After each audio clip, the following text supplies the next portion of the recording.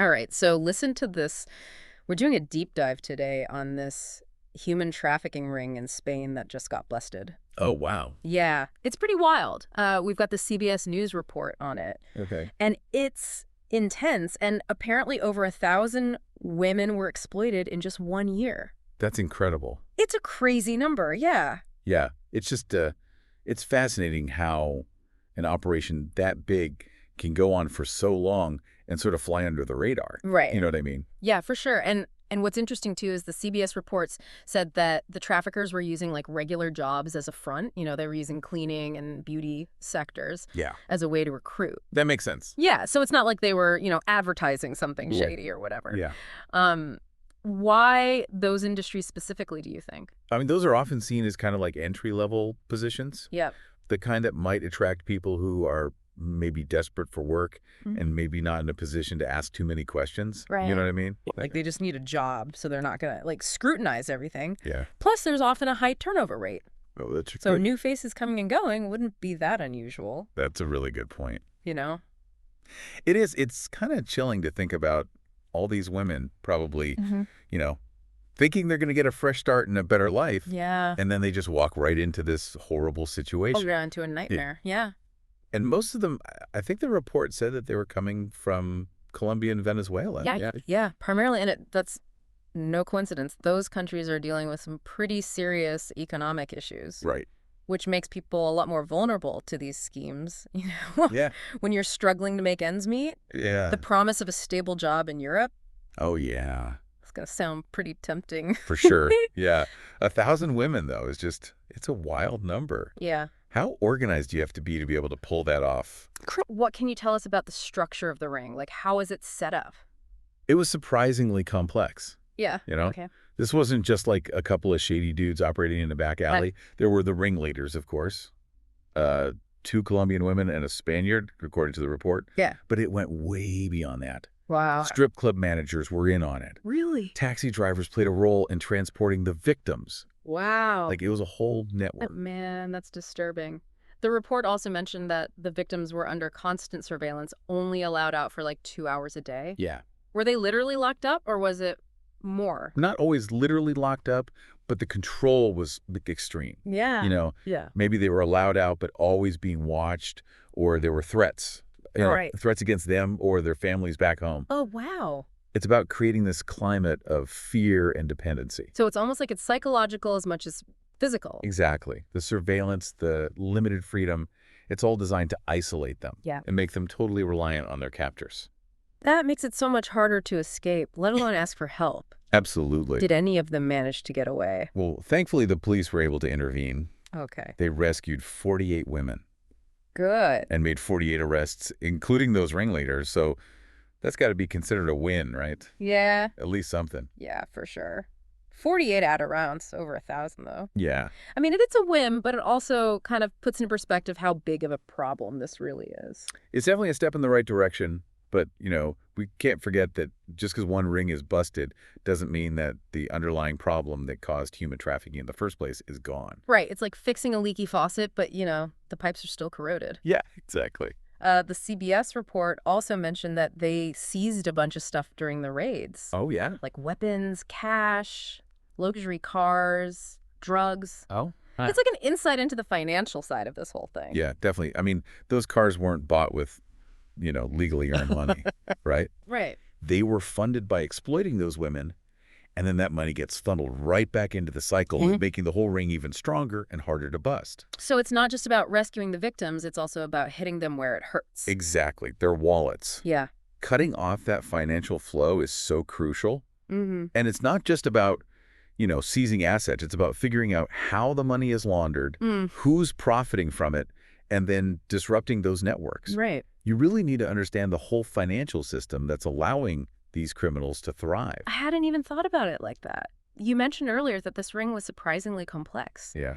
And the report also mentioned that over 100 officers were involved in this police operation. Wow. So this wasn't just like a local thing. Oh, no, not at all. To take down something this big, it has to be coordinated. Right. You need agencies from different countries working together, sharing intelligence, and you need manpower, a lot of it.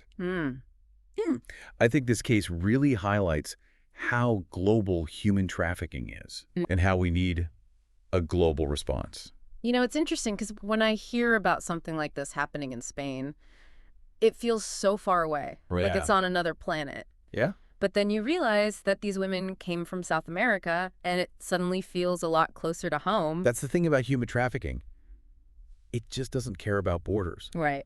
What might seem like a distant problem is actually connected to our own communities a lot more than we realize. So, I mean, if this can happen in Spain, Yeah. with women being brought in from South America, it could be happening anywhere, right? That's the unfortunate truth, and that's why knowing about it, being aware, is so important. Yeah. We need to be able to spot the signs, understand the methods that these traffickers use, and know how to report something if we see it. That makes a lot of sense, but it's also kind of overwhelming. I get that. Like, where do you even begin to fight something this big and complex? You're right. It's a totally valid feeling, but remember, change has to start somewhere, and it starts with awareness. The more we understand about human trafficking, the better we are at, identifying it, reporting it, and looking for solutions.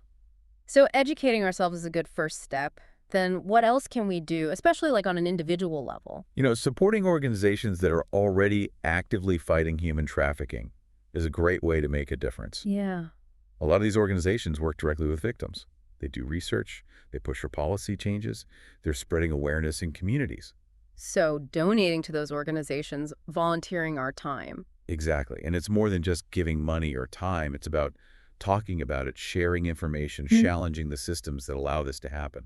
Okay, so educate ourselves, support organizations fighting this, and just spread the word. Exactly. It's about recognizing that we all have a part to play in fighting this. Right. No matter how small it might seem. What do you think is the most effective way to make a difference? Well, I think it all starts with understanding the problem on a deeper level. Deeper than what we've talked about so far. Yeah, because, we've talked about the tactics that these traffickers use, the financial side of things, how important collaboration is. Right. But I think there's another layer to this. Oh, okay. What do you mean? We need to understand what makes someone vulnerable to trafficking in the first place. Okay. I'm listening. Tell me more. It's not always about being like tripped or kidnapped. Right. Sometimes it's about desperation, Okay. People who are like facing extreme poverty, limited job opportunities, discrimination, political instability. Yeah. They might be more willing to take risks, even if those risks seem dangerous. So it's not always like a clear-cut good versus evil thing. Right. It's more complicated than that. Exactly. It's a lot of gray area, and traffickers are really good at exploiting that vulnerability. They might promise, a good job, a better life, education, even romance, Right. They prey on people's hopes and dreams. Wow. And turn those desires into a way to control them. So to really understand how these traffickers work, you have to understand the people that they're targeting. Yeah. Their needs, their fears. Absolutely. And recognizing that anybody can be vulnerable. It doesn't matter how old you are, what gender you are, your background. Right. It's about understanding, like, the bigger picture, the things that create those vulnerabilities in the first place. Man, this has been an intense deep dive. Yeah.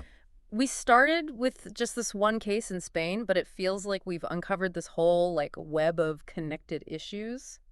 It's true. Complex problems rarely exist in isolation. So if we really want to make a difference, it's not enough to just go after the criminals. Right. We have to address those root causes that make people vulnerable to being exploited in the first place. Absolutely. Tackling those systemic issues, creating opportunities, promoting education. Yeah.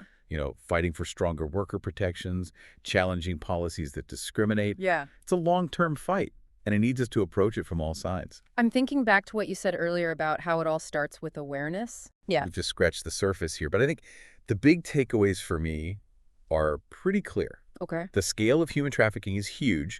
The tactics that these traffickers use are just awful, and the fight against it needs everyone to work together. Right. It can't just be law enforcement. I agree with you completely. And maybe the most important takeaway is that everyone listening can do something to help fight this. For sure. It's about being informed, being vigilant, and speaking up. It's heavy stuff, for sure. Yeah. But it's also empowering to know that we can actually make a difference. Absolutely. So as we wrap up this deep dive, I want to leave our listeners with this. What can you do in your own life, in your own community, to combat human trafficking? Yeah. Even if it feels like it's a million miles away. It's about starting that ripple of change. Yeah.